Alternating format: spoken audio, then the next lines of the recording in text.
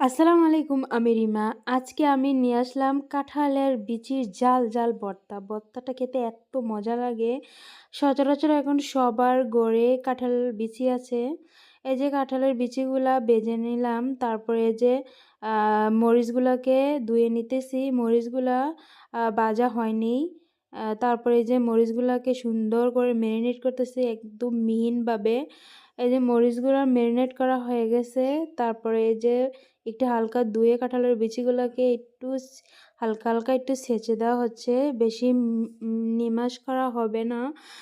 তারপরে যে শীতলগুলোকে সুন্দর করে বেটে নিতেছে। তারপর সুন্দর করে বেটে নিয়ে যাতে কাটা কাটা ভাবগুলো না থাকে। তারপরে যে পেঁয়াজ কুচিগুলো দিয়ে দিচ্ছে, পেঁয়াজ কুচিটা একটু বেশি দিচ্ছে যাতে জালটা না লাগে বেশি একটা।